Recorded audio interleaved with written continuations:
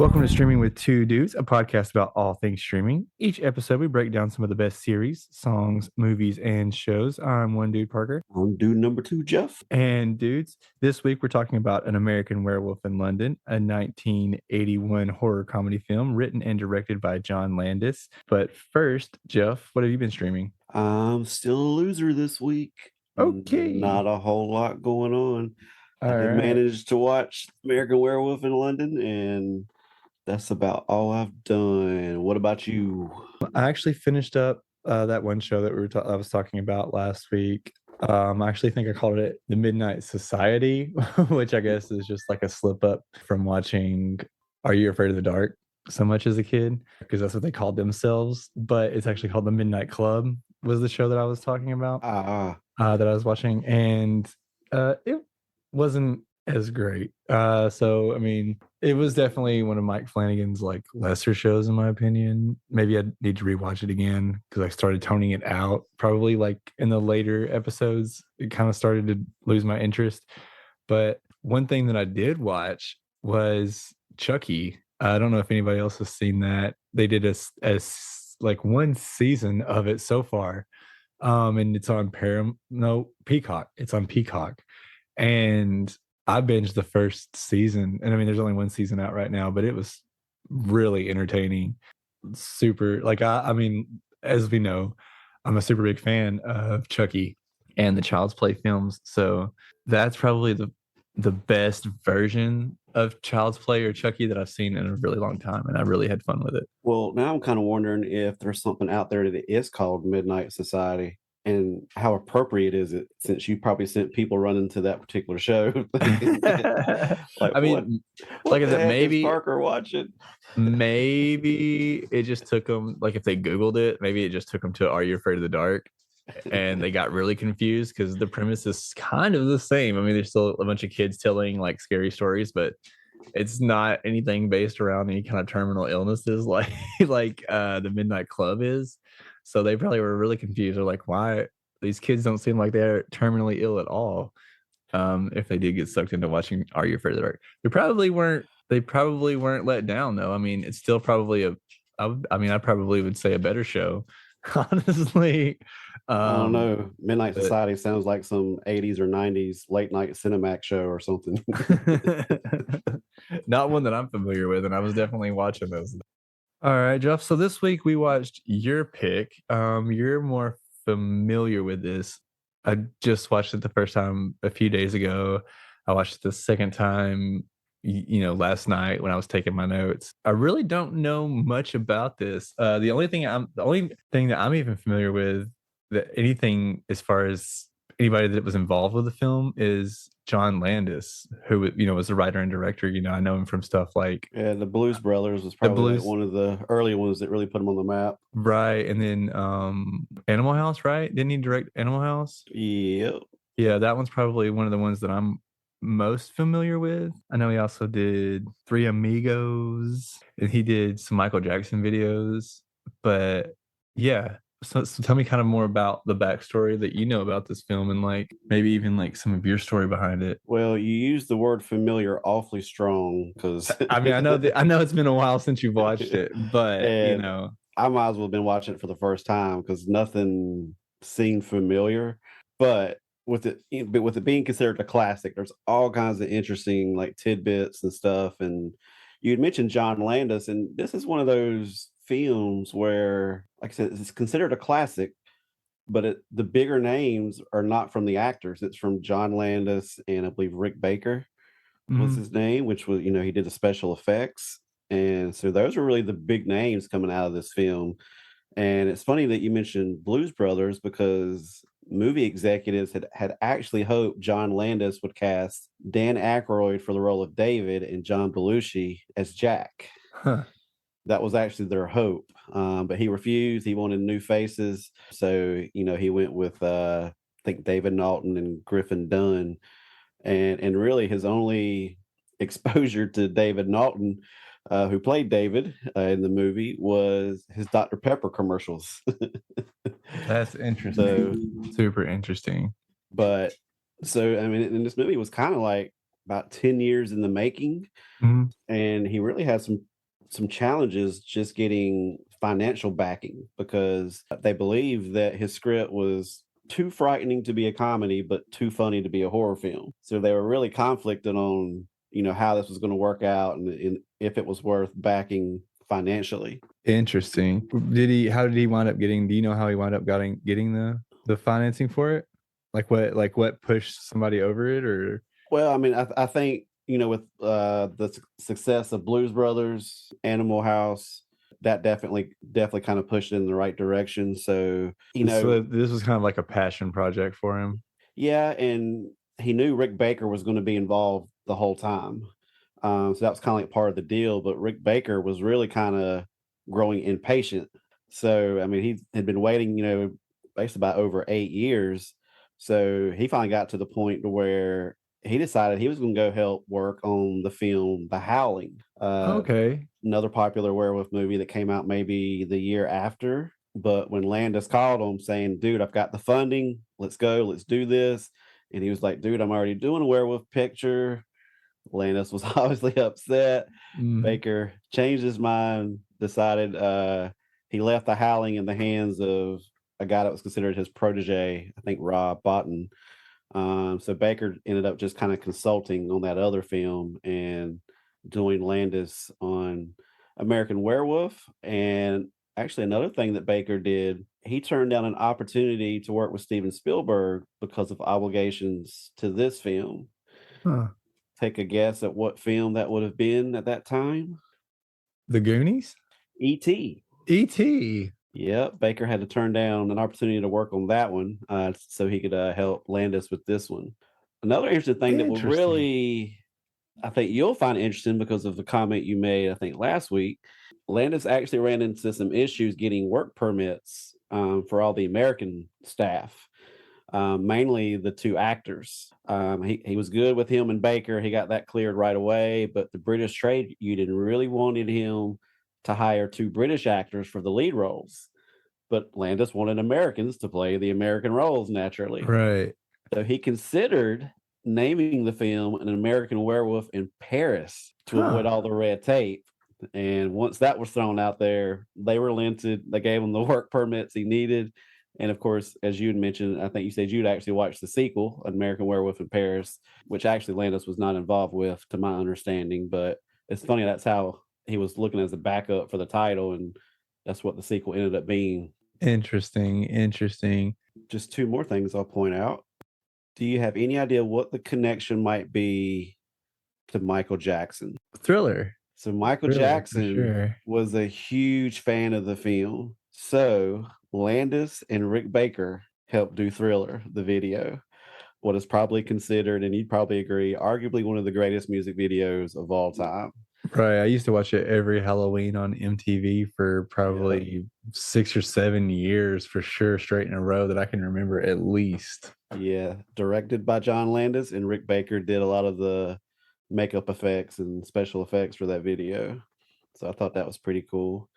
And this film was the first ever in the history to earn the Academy Award for Best Makeup. Really? That category was created in 1981. So American Werewolf in London was the first one to win that award. That is some awesome trivia, dude. So just a lot of, that's one thing about some of the classics. There's just all kinds of interesting tidbits. And so it was actually a lot of fun learning after I watched the film first and then kind of went back, kind of read up on it, and just a lot of cool stuff out there on it. Cool. Well, let's get into it. We got the opening credits. We get shots of England's countryside playing Blue Moon. This is one of the first of many versions of Blue Moon. This one is Bobby Vinton's. It's kind of a slower version of it. We get to a shot of a road, and a truck drives up carrying sheep and Jack and David, two Americans who are backpacking through England on the way to Italy. The driver drops them off and points them in the right direction and tells them to keep it off of the moors and stick to the roads. Jack's not having a great time. They come upon a village and stop at a pub called the Slaughtered Lamb. After asking about the 5-point star on the wall and upsetting some patrons at the bar, Jack and David decide it's time to go. Oh, they repeat the advice to stay on the roads and away from the moors, in addition to beware the moon. The barkeep is upset at the patrons for letting them leave. The two men leave the road as it begins to rain, and the people in the pub and the two men in the moors hear a wolf howling. Jack and David are hunted down, with Jack dying after trying to help David up. David, returning to Jack, is attacked but saved by the townspeople who shoot the wolf before he is killed. Man, that dude took off and left his friend, and Yeah, he really did. And I mean, his fight or flight was like in step at that moment. I was like, you could tell like he didn't even think about it for, I mean, a good 10 seconds. Like Jack didn't even cross his mind. And then, he hears Jack scream out, and it finally like sinks in, and the adrenaline kind of, slows off down a little bit, and he runs back, and it's obviously way too late. Jack's already gone at that moment. But yeah, I'd read that they said there was a lot of the audience was very confused by that post-attack scene where David looks to his right and he sees a naked dead man with the bullet wounds. Mm-hmm. And I was confused at first because I wouldn't say I'm a huge like werewolf movie followers, as far as how all that works. But Yeah, I was a little confused at first, and it kind of made sense a little bit later. But yeah, they said that scene really confused a lot of the audience seeing the naked dead man. yeah, I guess it could, especially if you're not familiar with, too familiar with werewolf lore. Yeah. Which if you're, which I mean, which in the early 80s, it would probably still been fairly new to most people. Right. It might have been novel to a lot of people, especially people that weren't, big horror fans to begin with. I guess I found myself trying to figure out, because I thought the actors kind of looked similar to one another. Mm-hmm. So I had to kind of pay attention to their jackets. Yeah. Like to what they were wearing more than their faces. We see our first, I believe what's our first blood in that scene. And of course, what was it they used in Cobra Kai? John Kreese. Was it the pudding, the strawberry pudding? The strawberry jello. Yeah. Strawberry jello. Guess what they used for blood in this movie? Corn syrup. Cranberry jam. Ew. So now you know. I mean, I guess the consistency, like it looks, I mean, that makes sense, but man, that would suck. As somebody that like hates being sticky, that just sounds like a god awful time. Oh man.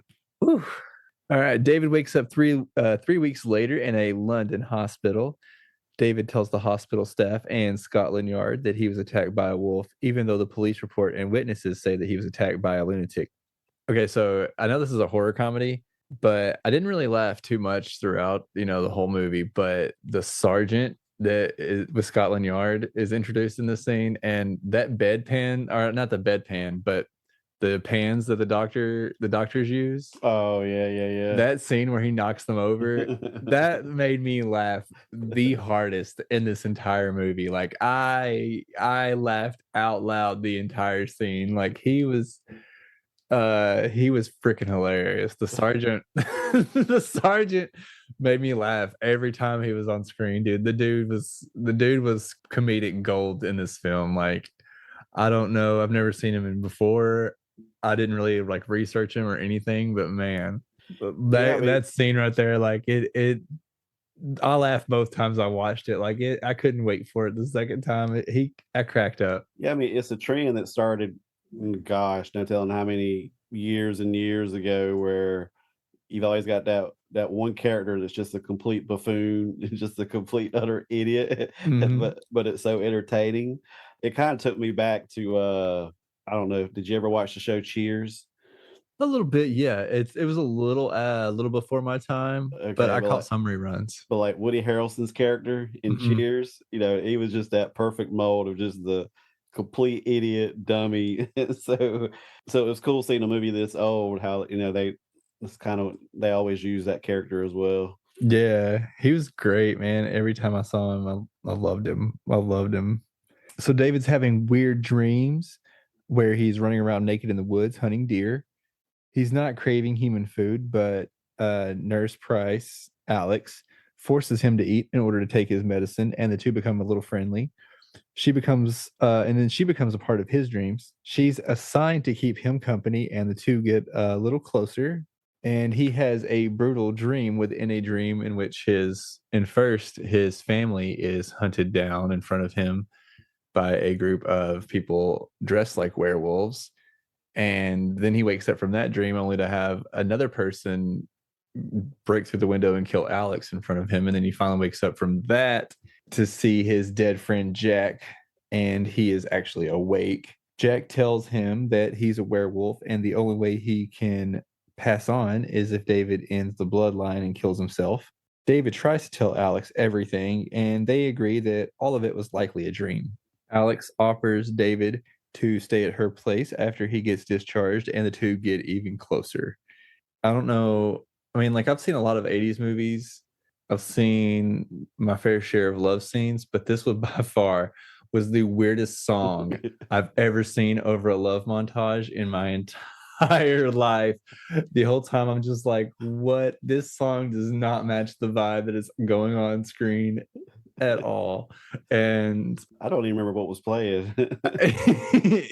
I mean, it took me out of it the first time, and the second time, like, anticipating it, it's just it made me laugh, like like it was an unintentional like thing. Like, the lyrics I could tell were meant to be, you know, kind of for the moment, but the music it was just not fitting the vibe whatsoever.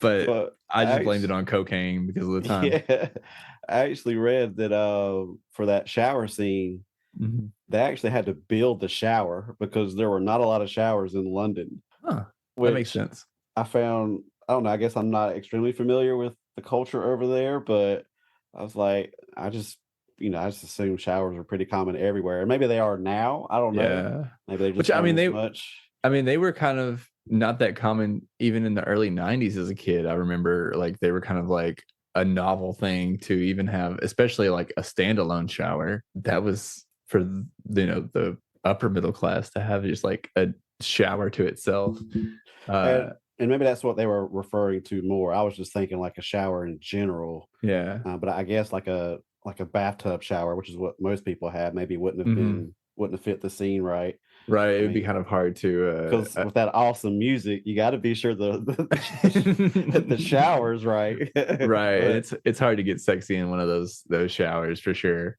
but Jenny, I'm probably gonna mess the name up. A gutter Uh-huh. who played Alex. She joked in an interview that the day that they shot the shower scene, she was like, it was crazy because the movie crew seemed to double in size.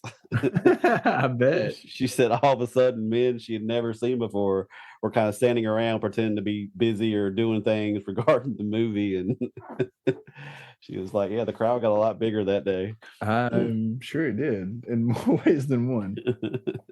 So David sees a decomposing Jack again, who continues to warn him of the upcoming full moon. The doctor goes to the slaughtered lamb to inquire about the attack, where one of the villagers confirms that confirms the werewolf stories. Back in London, we see some creepy laughing girls with a dog.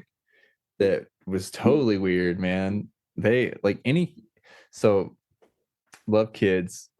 Kids are great, but they can also be some of the freakiest things in the world too, man. Like, kids laughing like that, the creepy ones, especially when there's like two of them laughing, you know, or, you know, like The Shining or The Omen, all of these things that involve children, super freaky, man. They always freak me out. Kid I'm, ghosts are by far the scariest ghost too. I'm trying to find the gif, but it's this little girl kind of shaking something, and I'm not describing it very well, but she looks to me just like that little girl in that scene you were just talking about. If I can find the gif, I'll have to send it to you and see if, or maybe even pull up the movie again and see how similar they look. But that's what it reminded me of. They actually kind of remind me of the girl that played Molly in the Look Who's Talking Now. Is that the one with the talking dogs? Or the dogs are Mm. talking? Yes, it is, because that's the third one. Because yeah, so the little girl that plays her in that Look Who's Talking movie, they had the same like bowl cut and everything. So while Alex is at work, the full moon approaches and David turns into a werewolf for the first time, which, for the time, I mean, even now, those practical effects were amazing. They stuck out to me the first time. Like, I was, the first transformation, I mean, even though it's an hour into the movie, it was totally worth it. Like it looked great. It held up to this day. The transformation scenes looked better than the werewolf when it was actually like hunting, in the scenes where it was supposed to be like, I guess, the jump scares where you could see like the wolf jumping towards the camera to like, show it attacking. That didn't even look that real compared to the transformation scene, which if they spent 90% of the budget on that scene, it was worth it. Great, great scene. Yeah, Landis actually expressed a little bit of regret on, or that he said that that scene probably should have been shorter, but he was just so fascinated by the quality of Baker's work and the effects that went into that he just, that's kind of way it ended up playing out, is that he, like I said, I probably spent too much time on that, but like you said, totally worth it. And Baker did spend a lot of time just for that one scene. And actually, he was disappointed at first that more of it wasn't used. But then when he saw the reaction, he was like, all right, it was worth it. It still worked out. Yeah, that was perfect. Like you said, like it went on. It did seem like I couldn't believe it went on for so long, but I wasn't disappointed that it did. You know what I mean? Like it was one of those things like, oh my gosh, this is going on forever. But the whole time I'm thinking that I'm transfixed to the screen, totally sucked in, wanting to see what else is about to happen. And not only because I'm into the movie, but my technical mind knowing that, like this is all going to be practical, wanting to see more about what are they about to do next, and that was just as much, as exciting for me as actually seeing, having to see David go through that as a character. So, man, I loved it. This was the best scene in the movie. Oh yeah, that made the movie for me, to be honest. Most of what I give this score is going to be based on that scene alone, to be like, I'll just go ahead and before we get to the score, like go ahead and tell you, like, that was amazing, knowing that it was made in 1981 and how well it looked, because I was expecting some claymation, but man, it was great. It was great. Like I don't know what I was expecting, but it was great. Loved it. Loved that scene. Best part of the movie. So Wolf David goes on a spree across London, killing some socialites, some homeless men, and a man in the underground station. The doctor and nurse Alex think David may hurt himself and or others due to psychosis and try to contact him back at Alex's flat. David wakes up the next morning in the wolf enclosure at the zoo. So yeah, so they definitely didn't talk about it very much, but he definitely he definitely had sex with one of those wolves, right? Like that's why he broke into that. Like that's what they're getting at, right? Like I don't know, I wasn't around for the early 80s, so I don't know their type of humor. But was that the insinuation? Was that the insinuation that, because that's what I took away from it. I'm like, oh, yeah, he totally banged out one of these wolves. Well, that wasn't the direction I was going to go. I was just going to throw in an interesting tip or a little fact about that whole ordeal. But I mean, right? Like that's like, I'm not wrong thinking that, right? Like, I mean, if I'm being honest, my mind didn't go there, but you do you, boo. You do you.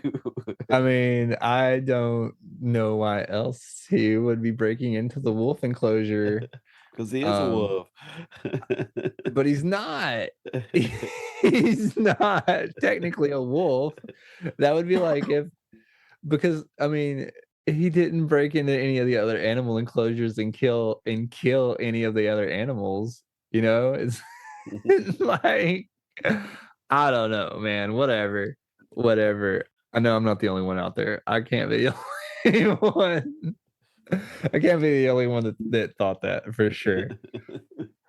So what's your tidbit of information on this one? Because I need to get a drink. I need to get a drink after this. You kind of stole my thunder a little bit, but so of course those were real wolves, and the only assurance that he was given was, it's like, hey, don't worry, they've already been fed. Just no loud noises or fast moves. So of course he was wanting to get that whole thing seen, filmed very quickly, and actually filming actually overran. And at one point, David looked around and was like, "Wow, y'all have a ton of extras over there. What's up with that?" And they were like, that's not extras. The zoo has opened now." So he's having to do his run around naked scenes with the general public walking around the zoo. Dude, it's not the public I would be worried about. It would Yeah, be that's true. the wolves for sure. Like, I don't know how comfortable I would be having soft parts of my flesh flopping around in front of wolves. That's just not. No, sir. So, speaking of which, he runs around the zoo naked and steals some items to make it through London and back to Alex's, where we find out that he didn't remember any of the night before. The doctor tells Alex to bring him to the hospital after reading the paper. Alex and David find out about the murders from a cab driver, and they jump out of the car. David, believing it was him, runs away from Alex to keep her safe. He sees Jack again at Piccadilly Circus and follows him into an adult theater where they're playing the film See You Next Wednesday. That Right. was another hilarious scene for me. That was another part that I laughed out. It wasn't as funny as the sergeant, but that porn that they were watching, some of the moments in it were just cracking me up. Like when the guy walked in and he's like, "Oh, sorry, wrong room," and then it's like, "Oh, it's okay." And then he just leaves. Like, man, great. And So the I'm phone. actually a little surprised you skipped over a little section. I think it happened before the end, because I think it's after he storms out of the vehicle, Uh-huh. when he thinks, realizes what he had done or what he thinks he may have done, but starts, where he's trying to purposely get arrested, Oh yeah. talking about Queen Elizabeth is a man and Prince Charles is, Yeah. I won't say the word because it hasn't aged well, but Shakespeare is French. Yeah, that was great. That was And hilarious. but interesting tidbit right there. The woman that he walks up to and says something about, "Do you not think they should arrest me?" And she says, "I don't know, perhaps they think it's a prank." Yeah. That woman was actually David Naughton's wife at the time, Oh, cool. who played that little role. And the other thing, now that you brought it up, the theater scene, or the porn theater, Yeah. when he originally started writing this movie, that was not the plan at all. It was actually supposed to be like an old cartoon theater. Oh, cool. Extremely vast contrast. Yeah, for sure. But by the time he made the movie, England had converted all those old cartoon theaters into porn theaters. So As one naturally, does. he adjusted the script accordingly. So and Landis has this sort of like inside joke that, what'd you say the name of the porn film See you was? next Wednesday. He uses that phrase either in dialogue or like a poster on the wall in Mhm. almost all his movies. Yeah, I don't know if you called it, but it was actually I called it the second time I was watching it. In the scene where David, when he's a werewolf, is chasing down the guy in the underground tunnels. Mhm. One of the posters is for See You Next Wednesday. And Okay, I don't yeah. know if it's like the same one that he uses in every film, but I did notice that, like, because I mean he kind of stops by it and you can kind of see it over his shoulder, like pretty clear. And I was just like, oh my God, that's cool that they, put that in there for them. Because I mean, I knew that wasn't, I mean, obviously the way it's filmed, that it wasn't a actual film. So I thought it was really cool that they included that little tidbit, even in the background of this film. So it's really cool that he uses that in like several of his, or I guess pretty much everything he does. Yeah. So Jack, almost fully decomposed now, introduces David to his new undead victims. David turns into a werewolf and kills a few more before escaping police and running down an alley with no escape. Allie arrives and pushes through the crowd to get to David. She stands in front of him and they share a moment before David lunges at Alex, where he is shot and killed returning to human form as he dies, and Alex cries. And we get the closing credits and the best version of Blue Moon, in my opinion, by the Marcells that we hear over the end. Man, I did skip over the car wreck scene. Yeah, that was pretty crazy, That especially was a pretty during crazy scene. during that time. So it was actually considered a big deal that was part of, I think it's pronounced Piccadilly Circus. Mhm. That was considered a pretty big deal to be able to film there. Getting any kind of permission was very difficult. So he arranged a free screening of the Blues Brothers for 300 local police officers. Ah, And afterwards, he got permission he needed to film in that area, and that I think they had to stop traffic briefly a couple of times during the filming. And actually, Landis had a little cameo in that scene. He was the bearded man who gets hit by the car and thrown through the plate glass window. that's cool. And Baker also had a cameo. You remember the one of the nightmares you referenced earlier, where like the werewolf Nazis or whatever come in and murder Mhm. his family? Yeah. You remember the one that was actually holding the knife up to his throat? Yeah, and then the ones That up was slicing it at the end. that was Rick Baker. Oh, cool. So I mean, he you could like, never tell. You could never tell. well, But yeah, yeah, that's cool. but yeah, he got the ultimate cameo in that one. That's cool. All right. So Jeff, anything else you got to talk about in this film? Any other tidbits or anything we got for this one? Sure, I got a couple more I can throw out there for anybody interested. I don't know if you noticed at the close of the credits, there was like a congratulatory message for the wedding of King Charles III and Lady Diana Spencer. I don't know if you saw that at the end. I thought, I was like, well, that's a little odd to put at the end of the the credits, but that No, was, I didn't watch the end of the credits. I mean, it happened pretty early on. That was more of like a peace offering because of the insults that he threw out throughout the movie, Oh yeah. especially when he was trying to get arrested. So that was kind of a, hey, just kidding, congratulations type deal. Landis later on actually expressed regret. He had to change and cut certain scenes and sequences just to get an R rating. So initially, he didn't even earn an R rating. He was, I guess, it was too much. Mhm. So like some of the sex scenes, he kind of had to tone down.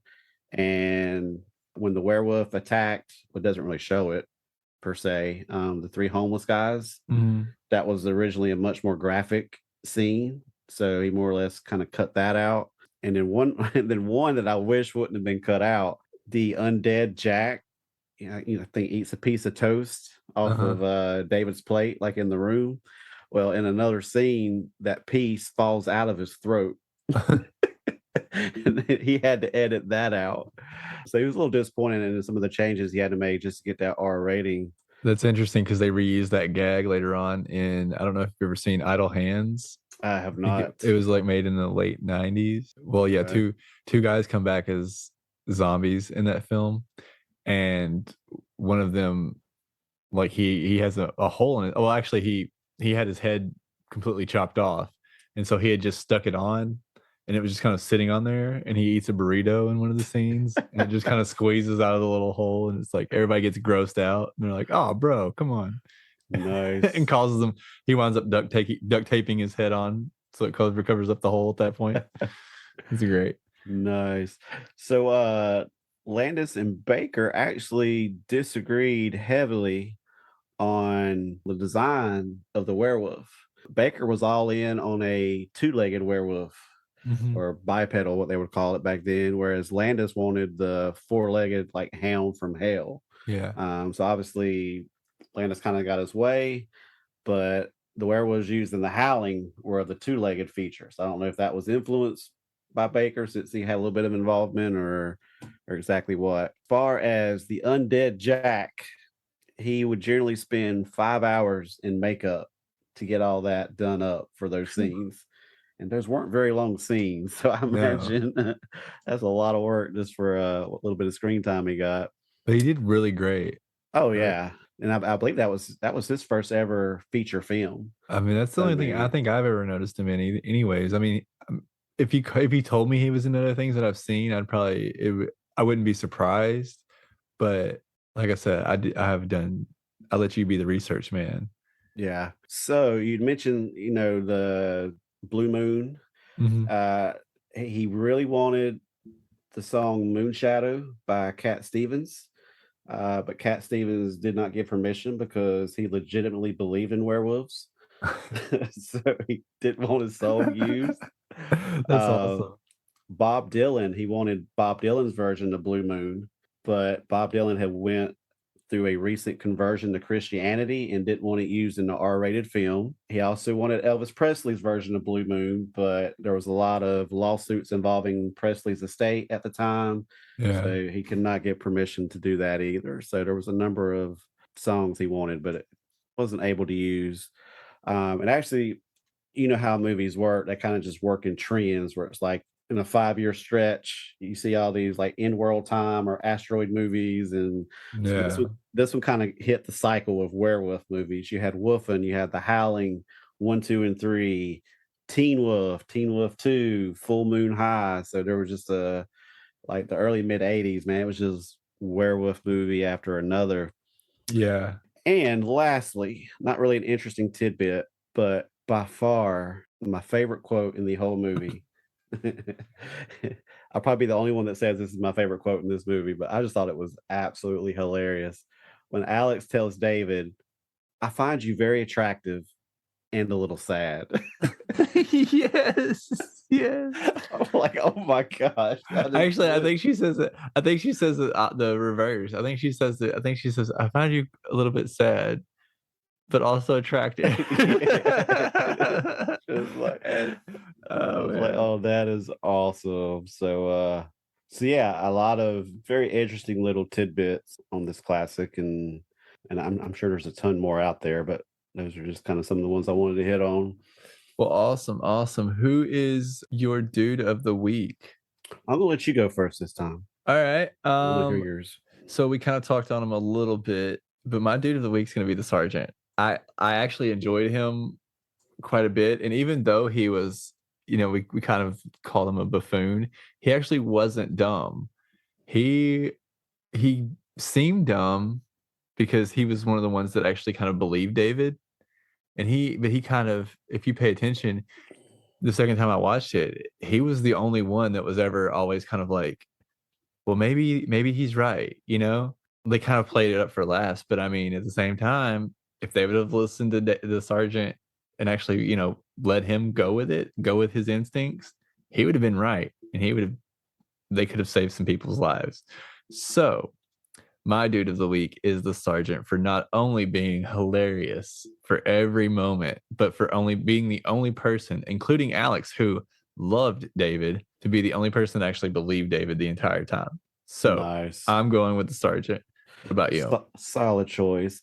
I'm going to go with Mr. Griffin Dunn, who plays Jack. All right. That's a Um, good choice. I mentioned the hours and hours of makeup he had to sit through. And like I said, he doesn't get a whole lot of screen time. So you figure he spent most of his time sitting there with all this Yeah. stuff over his face. You said at times he felt claustrophobic, but I thought he did really well. But yeah, just to, because you figure during that time, special effects was still kind of finding itself, it's still somewhat new to a Mhm. degree. So props to him to sitting through that and that being his first feature film. So yeah, he's my dude of the week. Great choice. So your dude is the actual actor, not, I mean, is the actor? Yeah, but I mean All right. he played Jack, so I'll give it Okay. Jack So as well. the actor and the character both. You give him, Yeah. okay. All right. A 2 for 1. I'll give it to you. Dude. My That's dude. your dude of the week. All right. All right. So yeah, let's get into our ratings. I think that's what we do next. I'll be easy. Out of full moons, we'll say out of 5 full moons, 5 being the best, 0 being the worst. I'm gonna give this one 4 full moons. I'm not a huge werewolf fan. In fact, out of all of the creatures, that's probably the one I'm least interested in. I mean, they're always fine, but werewolf movies are always very formulaic. But this one, man, It definitely, I can see how this one would have set a bar at the time because it was great. The setting was great. Usually, so depending on what it is, sometimes I have a hard time staying interested in, older films, especially the ones, from the 70s and 80s, like early 80s. It really has to like be something that I'm really interested in. So for this one to be like not, I mean, even though I'm a horror fan, for this to be like werewolves and also not necessarily be a funny film, like a real comedy, it really held my attention the entire time. And that's a huge deal for me. But I enjoyed it. Thank you so much for showing me this one, man. I really appreciate it. I know you didn't have any real memory of it, but your instincts were spot on. You did a great job. 4 solid full moons for me. What about you, man? Man, I struggled with this one a lot. And it's one of those where it's like I change my rating every time I think more about it. Uh-huh. 'Cause I wanted to love it, not just because it was my suggestion, but just because it's considered a classic. So, it's supposed to be really good. And I'm not gonna lie, when I first started watching it, I'm like, oh my gosh, this is like horrible. I wasn't into it at all at the beginning. But the other struggle is I'm trying really hard to watch it through the lens of the early 80s. Yeah. Because obviously nowadays that special effects is laughable to a degree. So I was trying to keep in mind that, what would it have been like to watch this movie in the early 80s? Mm, Kind of like what you would do with Jaws. I mean, because obviously this movie is a classic mainly because of the special effects. And like you talked about the transformation scene quite a bit. Iconic scene. He approached that, I think, differently than a lot of other people. He showed it more as a painful process. yeah. So I thought that was very interesting, unique. I love this take on it. So I really wrestled with it. I started to enjoy it more as it kind of moved along. And but to me, the ending was just very weird, odd, and abrupt. I don't know. It just I don't know. I struggled with this one. I really did. But then, like when I started reading up on it, I started to appreciate it more. And after watching it again, I did have a little bit more of a love for it, and really trying to envision it. What would this have been like watching in the early '80s? And I could definitely. I mean, for him to have to tone it down because it was almost too scary in certain spots tells you how scary it was at that time. And I could see where parts of it were like, wow, that's pretty freaky or pretty scary. So I did start to appreciate it more. But like initially, I was thinking, man, this is going to be a 2.5 for me, Yeah. because I felt like it relied so heavy on the special effects and how trend setting it was at the time Mm, that it's almost like they didn't pay enough attention to the other areas. Like I didn't necessarily think the acting was superb. I thought the storyline in a lot of ways was weak. I look at a movie like Halloween that was from like 78, and I feel like it stood the test of time really well. mhm. Now, the advantage Halloween has is it wasn't relying on special effects very Right. much, but just the story, the creepiness, the scare, I felt like held up really well. Whereas to me, if you take away the special effects and what it meant at the time from this movie, I'm not sure what you're left with. I feel like other areas could have been a lot better, and I feel like it would have aged a lot better. But having said all that, my final is still a solid 3.5, just because I totally understand why it was so popular at the time. There's some pretty scary, some freaky stuff in there. The special effects, obviously, at the time, I can see were definitely top notch. But 3.5 is where it's going to land for me. So not too far from your 4, but um, I was really close to just sticking with a 3. But it's like I don't know if it was sympathy or just an appreciation for the work. I decided to bump it up to a 3.5. All right. So with an average score of 3.75, that puts it at the number 2 spot so far for our horror films and really our films altogether. It puts it below the black phone and above Fear Street Fear Street. 1994. Yeah. But I do got to know, what would you say your favorite werewolf movie is? Do, do, do, do, do. That probably should have been like a question ahead of time. No, I'm going through them honestly in my head because I'm trying to think. I'll share you mine, which will probably be like, really, Jeff? Come on. But like I said, I'm not big into werewolves, kind of like what you had mentioned. But to me, it's hands down, it's Teen Wolf. See, I absolutely, especially when I was a kid, I man, I was watched, never a big a Teen Wolf fan. man, like the first one, Michael J. Yeah. Fox. Man, of course, that wasn't like a horror flick by any means. It was all about comedy, teen high school shenanigans. But man, I absolutely love that movie. Watched it so many times as a kid. And like I said, I don't have a long list of werewolf movies I've watched or have cared to watch, but yeah, it's Teen Wolf all the way for me. Mine would probably have to be Harry Potter and the Prisoner of Azkaban. Man, that's a stretch, ain't it? Yeah, I mean Sirius Black, right? I mean,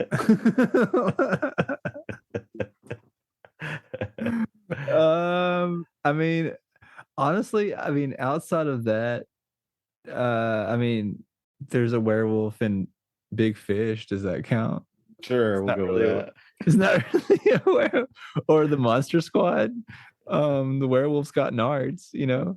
Have you ever seen that one? No, I have not. Well, you gotta watch that next time we get into like either kids films from the 80s or something like that, because man, Monster Squad is great. Even if we have to watch it next Halloween, hopefully it's streaming on something, because I'm gonna make you watch that one. It's a good one.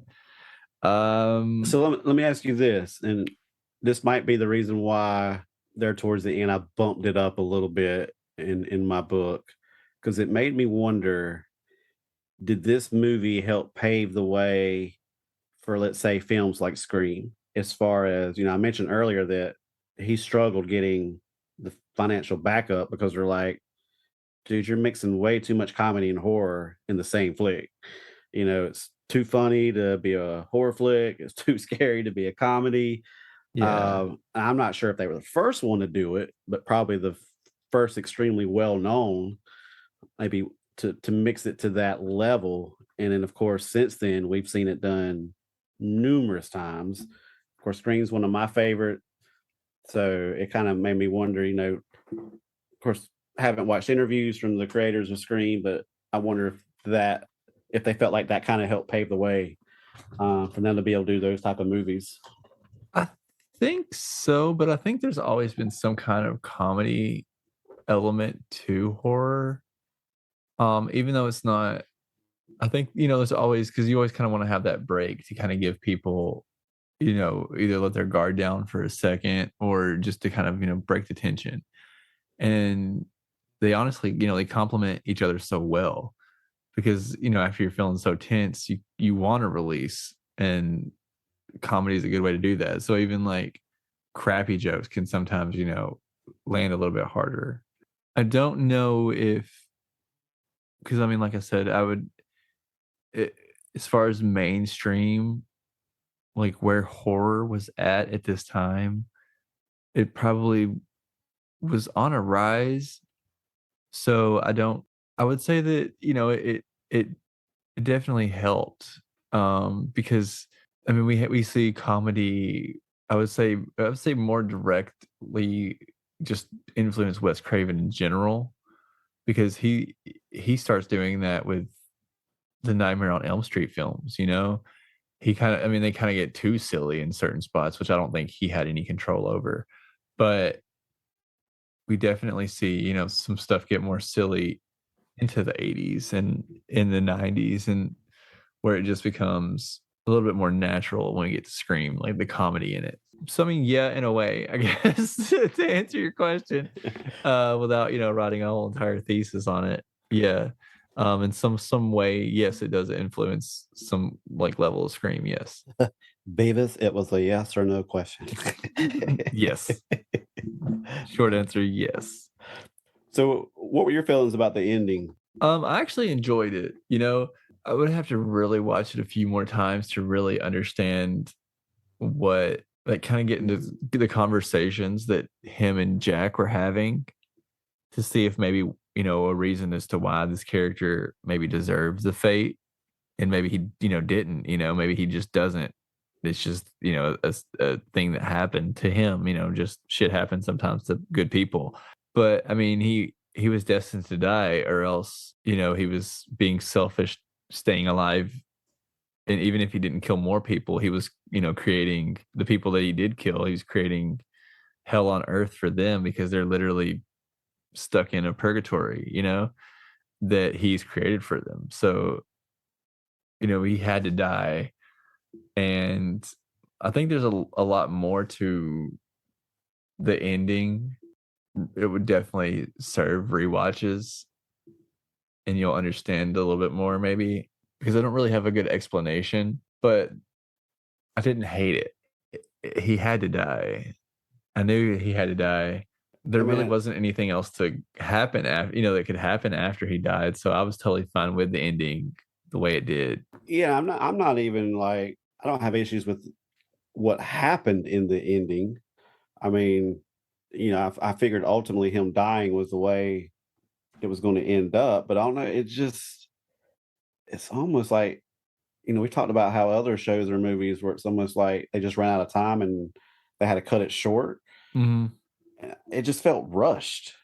It's like, okay, he runs down the alley and, Alex runs after him. He has that brief moment of you see the facial expression change a little bit, where it's like, oh, he recognizes the voice or whatnot, Yeah. then lunges and he gets shot. Movie over. I don't know. It just the way it all played out just seemed a little odd and almost rushed. I Which now he did say that he believes that only someone that loves the werewolf can kill them. So I don't know if like that has to do with, what went on, because she's like right before, he lunged at her, she told him that he loved, she's like, I love you.